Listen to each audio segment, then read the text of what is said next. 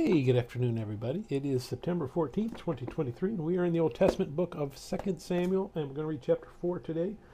The Civil War is raging on.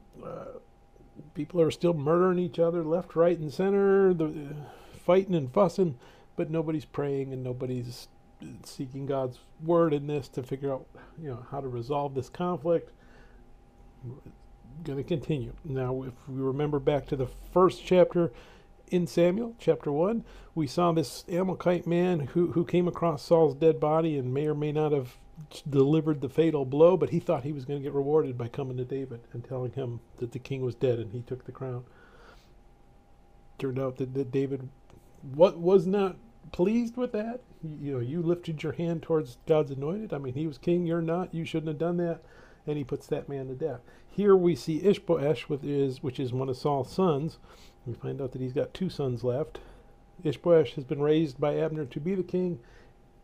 Abner has been murdered by Joab, and two of the leaders of Ishbosheth's army decide, we're going to go kill Ishbosheth, we're going to cut off his head, and we're going to take it to David, and he'll reward us. No, David treats him the same way he did the Amalekites. He was your king. Whether you liked him or not, he was your king. You should not have done that. I'm not going to give you a reward for what you've done. I'm going to give you punishment for what you've done. You shouldn't have done that. We also find out that there is another son, Mephibosheth. Let's call him Mephibosheth. Younger son, it seems like, because he's being carried by a nurse, and she drops him, and he becomes lame in his feet. And that'll come back into play a little bit later on as we get through this story. Once David finds out that Ishbosheth has been murdered, he has him properly buried.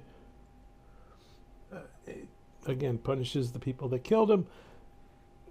Still nobody's seeking God, but we kind of get that sense that things are kind of coming down. The heat is dropping down, basically because there's no one really left to kill now. There are no more descendants of Saul to come and take his throne.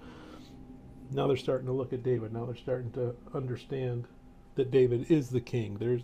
That's why there's nobody left at this point. So let's go ahead. We're going to read 2 Samuel chapter 4.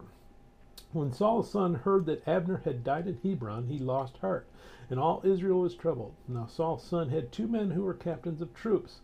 The name of one was Baanah, and the name of the other Rechab, the sons of Rimmon, the Beerothite of the children of Benjamin. For Beeroth also was part of Benjamin, because the Bethoathites fled to Gideon and have been sojourners there until this day. Jonathan, Saul's son, had a son who was lame in his feet. He was 5 years old when the news about Saul and Jonathan came from Jezreel, and his nurse took him up and fled, and it happened as she made haste to flee that he fell and became lame. His name was Mephibosheth. Then the sons of Rimmon, the Beerothite, Rechab and Baanah, set out and came at about the height of the day to this house of Ishbosheth, who was lying on his bed at noon. And they came there all the way into the house as though to get wheat, and they stabbed him in the stomach. Then Rechab and Baanah, his brother, escaped, for when they came into the house he was lying on his bed in his bedroom. Then they struck him and killed him, beheaded him, and took his head, and were all night escaping through the plain. And they brought the head of Ishbosheth to David at Hebron, and said to the king, Here is the head of Ishbosheth, the son of Saul your enemy, who sought your life, and the Lord has avenged my lord the king this day, of Saul and his descendants. But David answered Rechab and Baanah his brother, the sons of Rimmon the Beerothite, and said to them, As the Lord lives, who has redeemed my life from all adversity, when someone told me, saying, Look, Saul is dead, thinking to have brought good news, I arrested him and had him executed in Ziklag, the one who thought I would give him a reward for his news. Now how much more when wicked men have killed a righteous person in his own house on his bed? Therefore shall I not now require his blood at your hand and remove you from the earth?